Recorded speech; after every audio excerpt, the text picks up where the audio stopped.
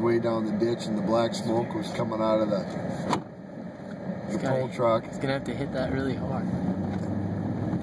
And the one in the ditch was throwing dirt. Oh, up the wing goes. Oh my God.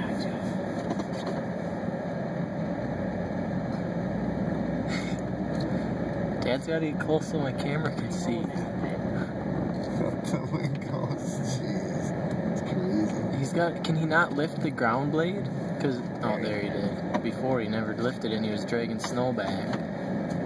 No chains on either.